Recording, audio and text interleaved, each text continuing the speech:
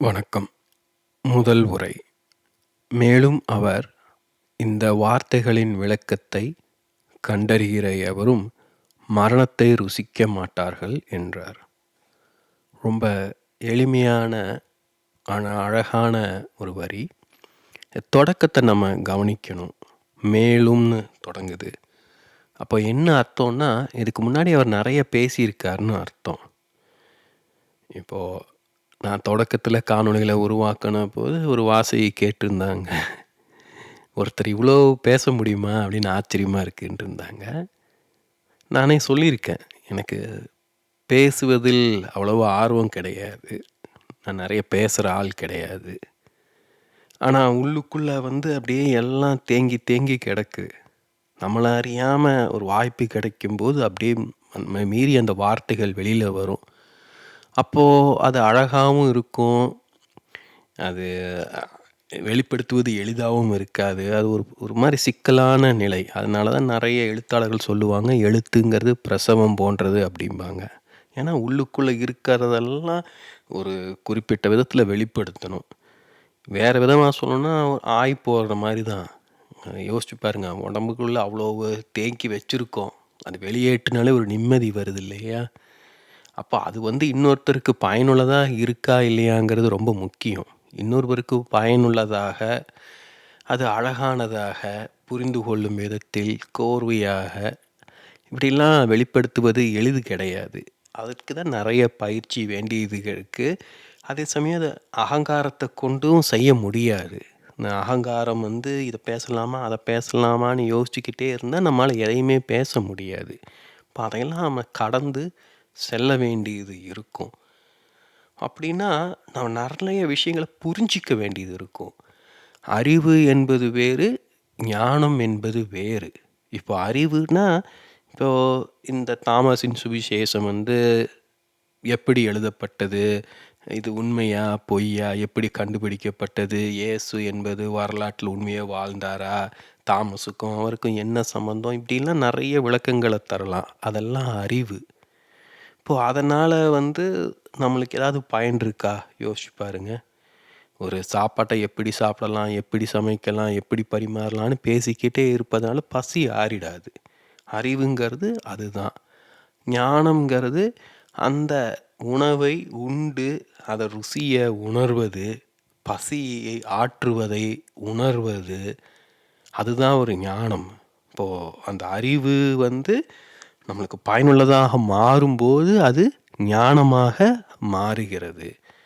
அந்த ஞானம் என்பது நம்மளுக்கு, ஒரு தனி மனிதருக்கு முதல்ல பயன்படணும். அவருக்கு பயன்படும் போது அதை அவர் வெளிப்படுத்தும் போதே அதில் ஒரு அழகும் ஒரு நிதானமும் ஒரு தெளிவும் இருக்கும்.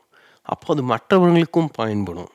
அப்போ அதை மெய் ஞானம்னு சொல்லலாம். ஏன்னா அந்த ஞானம் உணர்ந்த ஞானம், அது ஒரு உண்மையான ஞானம்.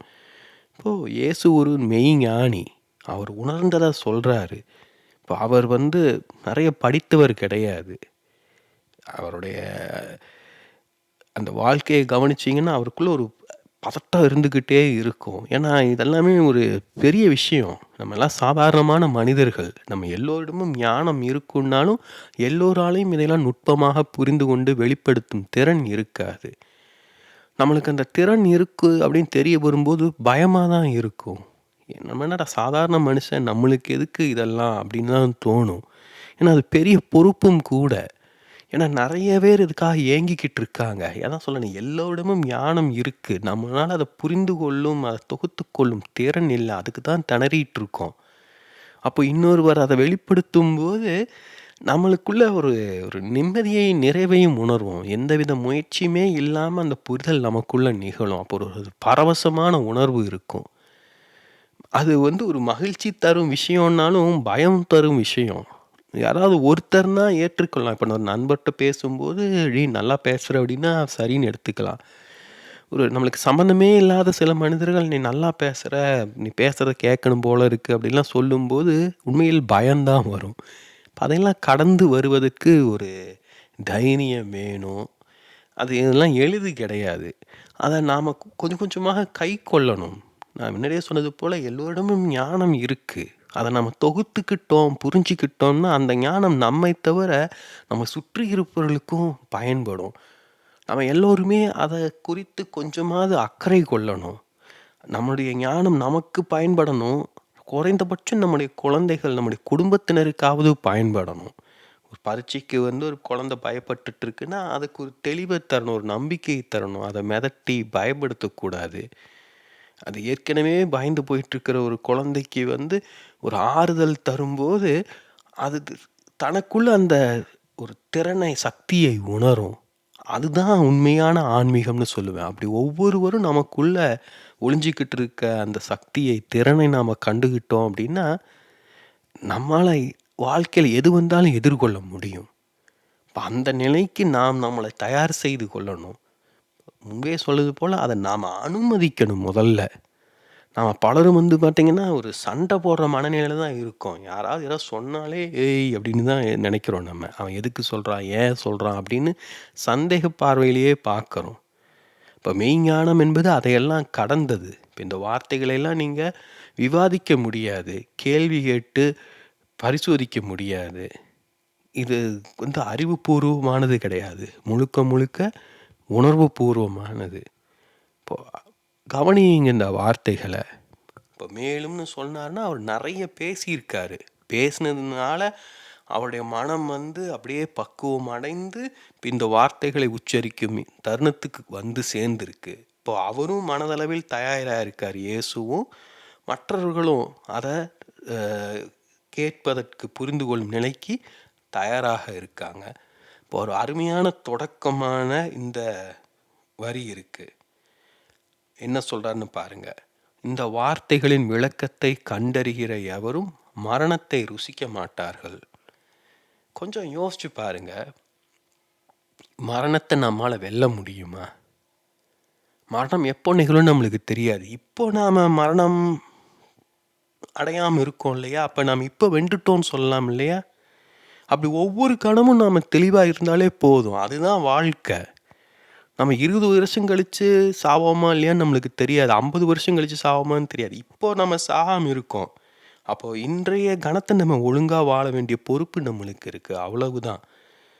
இப்போ இந்த வார்த்தைகளோட விளக்கத்தை கேட்டா எப்படி ஒருவர் மரணம் அடையாம இருக்க முடியும்? வாழ்க்கை என்பது அதுதான். வாழ்க்கை நம்மளுக்குள்ள ஒரு அனுபவமாக, புரிதலாக, சேகரமாக தொடங்கும்போது, மரணம் அதோட அர்த்தத்தை இழந்துகிட்டே போகும். நம்ம எல்லோரும் மரணத்தை கண்டு ஏன் பயப்படுறோம் அப்படின்னா, நம்ம முழுசா வாழல. நம்ம பயந்துகிட்டு இருக்கோம். வாழ்ந்தா ஏதாவது ஆயிருமோன்னு தெரியல நம்மளுக்கு. எப்படி வாழ்றதுன்னு தெரியல. அதனால தான் நம்ம மரணத்தை கண்டு பயப்படுறோம். ஏன்னா மரணம் வந்துருச்சுன்னா, அதுக்கப்புறம் நம்ம வாழ முடியாது. நம்மளுக்கு வாய்ப்பு கிடைக்காது. அதுக்கப்புறம் ஒரு ஐபிஎல் மேட்ச் வந்துச்சுன்னா, அதை எப்படி பார்க்க முடியும்? ஜனநாயகன் பார்ட் 3 வந்துச்சுன்னா எப்படி பார்க்கறது? அதுதான் நம்மளுக்கு பெரிய கவலை. அதனால நம்ம என்ன பண்ணணும்னா, நடப்பதை நல்லா சரியாக உள்வாங்கிக் கொள்ளணும். அதுதான் சொல்றாரு. வார்த்தைகளின் விளக்கத்தை கண்டறிகிற, புரிந்து கொள்கிறன்னு சொல்லல. எல்லாராலையும் புரிந்து கொள்ள முடியும். கண்டு அறிகிறங்கிறது ரொம்ப அழகான வார்த்தை. ஏன்னா கண்டறியறதுன்னா என்ன? கண்டுகொள்வதுன்னா முதல்ல பார்க்கணும். அதுதான் கண்டுகொள்வது. அடுத்தது அறிகிறது. பார்த்தா மட்டும் போதாது. அதை நாம் அறிந்து கொள்ளணும். கண்ணுக்கு முன்னாடி ஒரு பொருள் இருக்கு. அது பாம்பா, கயிறான்னு தெரியணும் இல்லையா? அதுதான் கண்டறிவது. அதை ஒருத்தர் தான் கண்டறிய முடியும். நான் சொல்றதுனால பாம்பு கயிறாயிராது, கயிறு பாம்பாயிராது இல்லையா?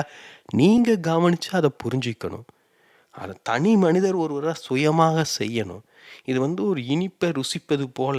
நீங்க அந்த இனிப்பை ருசிச்சிட்டீங்கன்னா, அந்த இனிப்பு எப்படி இருக்குங்கிறத நீங்க வாழ்நாள் முழுக்க மறக்கவே முடியாது.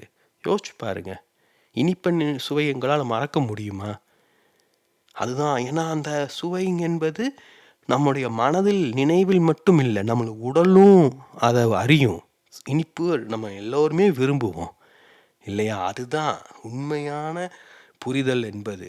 அதுதான் சொல்றாரு. வார்த்தைகளின் விளக்கத்தை கண்டறிகிற. இப்போ நாமளாக அதை உணரணும். கண்டறியறதுன்னா சுருக்கமாக உணரலாம்னு சொல்லலாம். இப்போ உணர்வது என்பது நம்முடைய உடலில் உணரணும்.